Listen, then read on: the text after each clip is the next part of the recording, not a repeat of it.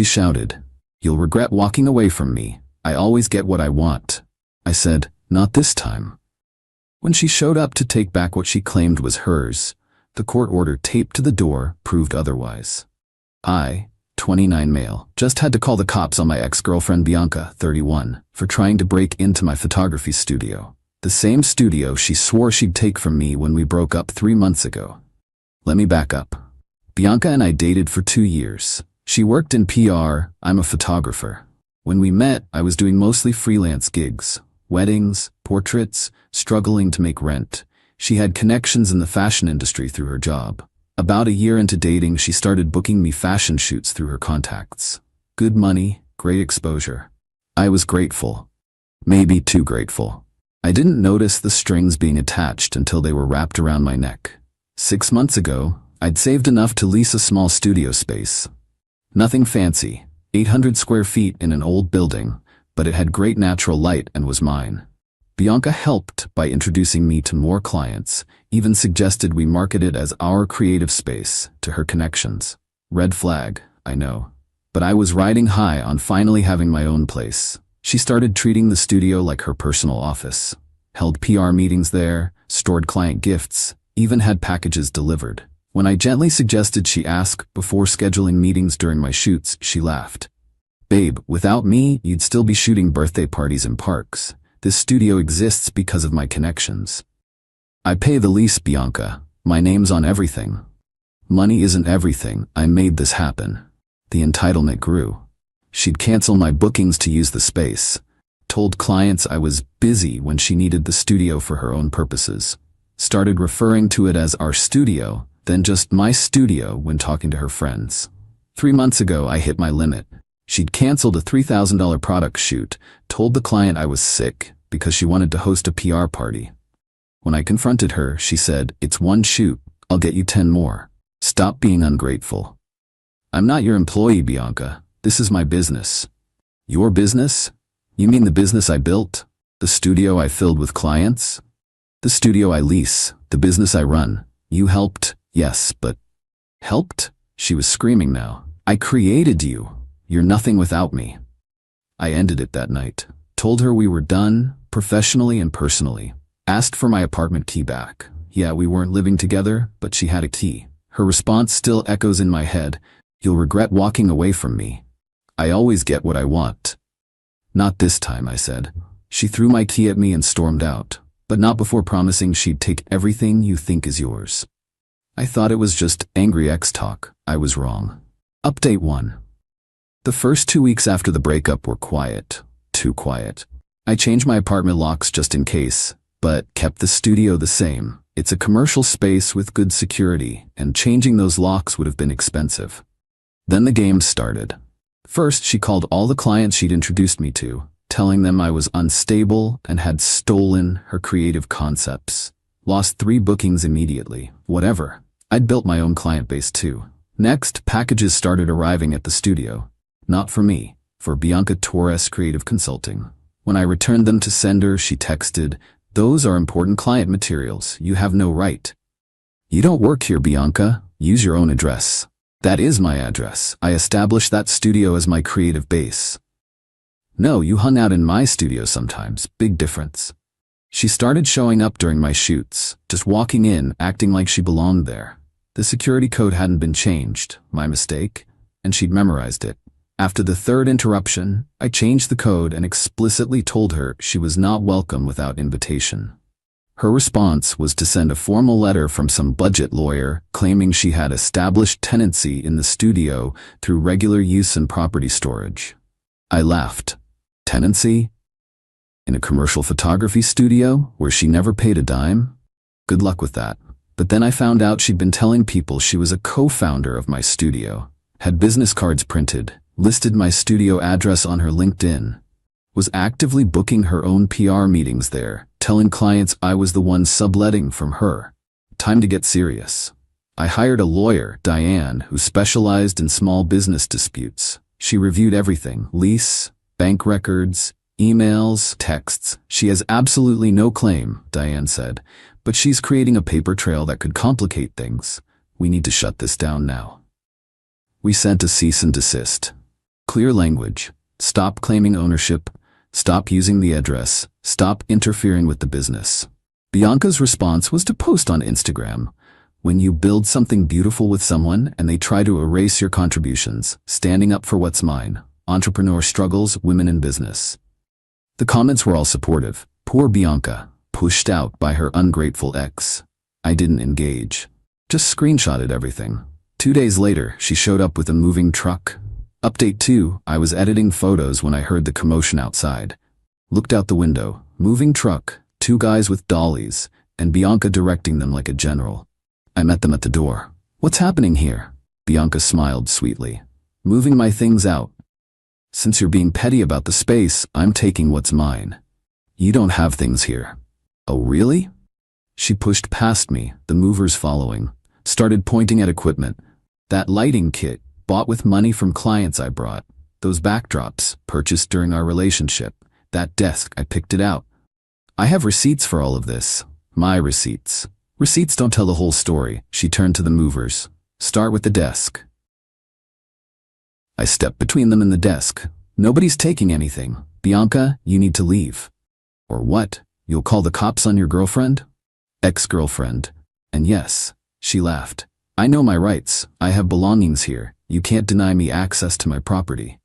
What property? Name one thing in here that's yours. She walked to a corner shelf, pulled down a small potted plant, one she'd brought months ago and forgotten about. This, see? My property. That gives me the right to be here. The movers looked uncomfortable. One asked, Ladies, should we wait outside? No, I'm paying you to move my things. I called the police, told them someone was trying to remove equipment from my studio. Bianca told the movers to hurry. They refused. They didn't want trouble. When the cops arrived, Bianca turned on the tears, said she was just trying to collect her belongings from a shared workspace. Even showed them the business cards with my studio address. The officers looked at my lease, my ID, then asked Bianca for any proof of ownership or residency. She had her business cards and that's it.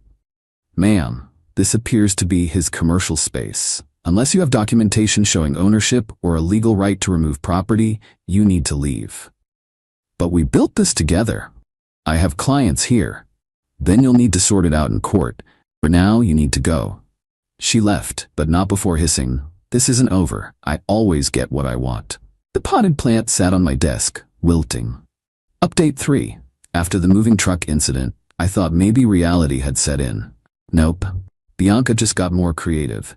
She filed a small claims suit, not for the studio, even she wasn't that delusional, but for lost income from dissolved business partnership and unreimbursed business expenses.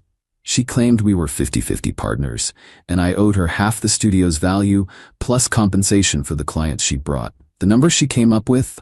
$45,000. Diane laughed when she saw it. She's fishing. This won't hold up, but you'll need to respond. We filed our response with a counterclaim for harassment and interference with business. I had documentation of every canceled booking, every interrupted shoot, every false claim she'd made to clients. Then things escalated. Again, I arrived at the studio one morning to find the locks glued shut, super glue in every keyhole. Had to call a locksmith, missed a morning shoot, cost me $400 to fix, and a $500 cancellation fee from the client. Security footage showed Bianca at 3 a.m., hoodie up, but clearly her. 2 days later, every photography studio in the area received an email from concerned client, warning them about me. Claimed I was unstable, stole equipment, and had unethical business practices. Most ignored it, but 2 studios I sometimes collaborated with called to ask what was going on. Then she made her biggest mistake. She filed a complaint with the building management, claiming to be a tenant being illegally evicted. Forged a sublease agreement between us, even created fake payment records. Building management called me, confused. She says she's been paying you $800 a month to share the space? That's completely false. I have all my bank records here. She's never paid me anything. They were skeptical until I showed them our text exchanges where she explicitly stated she'd never paid for the studio. They were not amused by the forged documents. Diane's eyes lit up when I told her. Forgery. Fraud.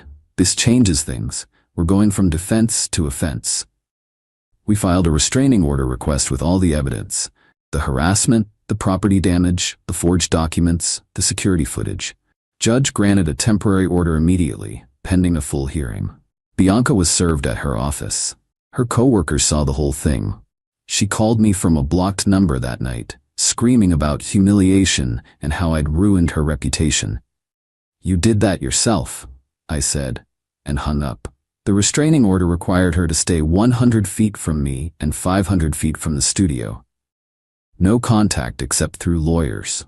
She'd have her day in court to contest it, but until then, she was legally barred from my life. You'd think that would stop her. You'd be wrong. Update 4. The restraining order hearing was set for 2 weeks out. Bianca hired a new lawyer. Apparently the first one dropped her after the forgery came to light. In those 2 weeks, she got desperate. Couldn't contact me directly, couldn't come near the studio, but she wasn't done. She created a website, The Truth About My Business Name. Full of lies about stolen equipment, breached contracts, and a pattern of exploiting women entrepreneurs. SEO optimized so it showed up when anyone Googled my business. But she made a crucial error. She registered the domain in her own name. Easy to trace. More evidence for our file. Then came the reviews. 1-star ratings on every platform from obviously fake accounts, all posted within hours. Racist photographer. Stole my deposit. Inappropriate behavior during shoot. Fortunately, most platforms have ways to dispute fake reviews, especially with a restraining order as evidence. The hearing arrived. I wore my only suit. Bianca showed up in full corporate power dress, looking every inch the wronged businesswoman. Her new lawyer argued that the restraining order was an attempt to silence a business dispute between former partners. Claimed Bianca had sweat equity in the studio and was being punished for asserting her rights. Diane systematically destroyed every claim. Bank records showing I alone paid for everything. The lease in only my name. Text messages where Bianca acknowledged it was my studio. Security footage of her damaging property. The forged sublease documents. The fake website registration. Screenshots of false reviews. The judge asked Bianca directly, "Did you create these sublease documents?" They were draft agreements we discussed. "That's not what I asked. Did you create these documents and submit them as authentic?" Long pause. "I was documenting our verbal agreement." So you forged them?" Her lawyer tried to object. The judge wasn't having it. The ruling was swift. Restraining order extended for 1 year. Bianca was ordered to take down the website, cease all defamatory statements, and pay my legal fees, about $8,000. As we left court, she couldn't help herself. Waited until we were in the parking lot, technically 100 feet away, and shouted, "This isn't over. I'll get what's mine. I always win." Diane just smiled and made sure our court reporter heard every word. Update 5. The restraining order should have been the end. But Bianca had one more card to play. 2 weeks after the hearing, I got a call from my landlord, not the building management, the actual property owner. "Mr. My Name, I'm calling about the sublease situation." "What sublease situation?" "Your subtenant, Ms. Torres, contacted me directly. Says you've been illegally subletting and she wants to take over the lease properly." My blood ran cold. She's not my subtenant, she's my ex with a restraining order against her. "She sent me a sublease agreement with your signature." The forged documents. She was using them again, just targeting someone new. I explained everything, sent him the court documents, the restraining order, the ruling about the forgery. He was not pleased. She seemed very professional on the phone, even offered to pay 6 months up front. That detail stuck with me. 6 months up front? Where did Bianca get that kind of money? I found out soon enough. She'd been telling her wealthy clients that she was expanding her creative agency and needed investors for an established studio space. Raised almost $30,000 from 3 people who thought they were investing in her business. When those investors Googled the studio address and found my website, they called me. "We're looking to schedule a meeting about the investment opportunity." What investment opportunity? The truth came out quick. Bianca had shown them photos of my studio, my work, claiming it was all part of her expansion. Promised them equity in a business that didn't exist.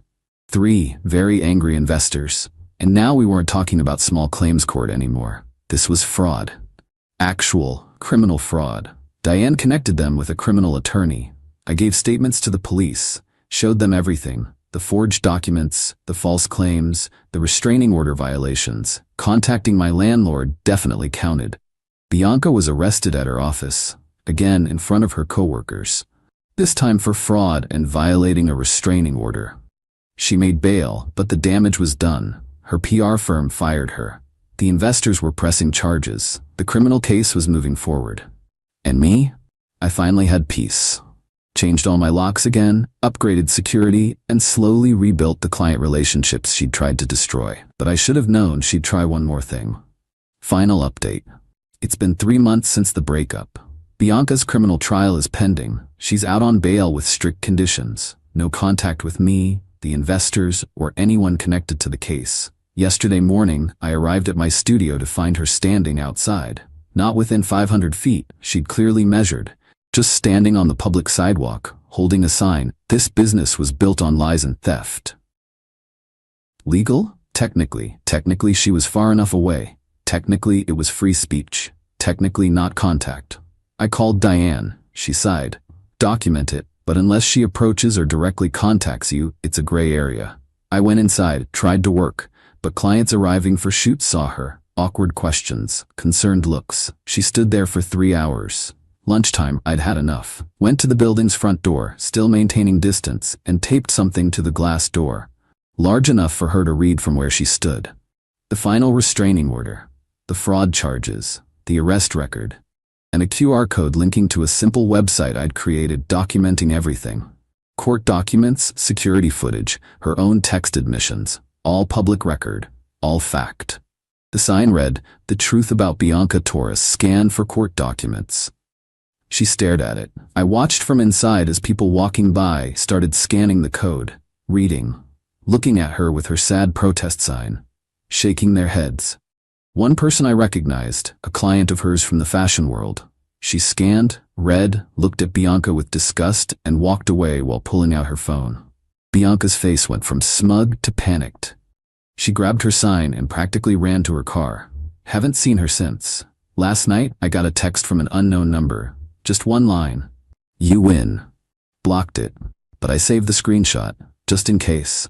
Because here's what Bianca never understood. This was never about winning. It was about protecting what I'd built. She thought intimidation and lies would get her what she wanted because they always had before. Not this time.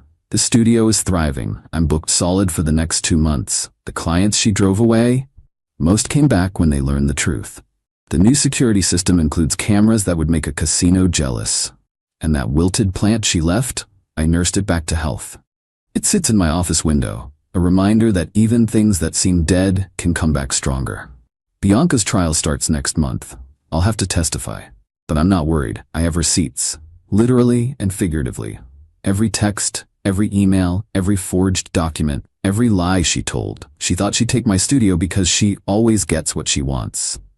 But wants and gets are 2 different things, and sometimes what you get is exactly what you deserve.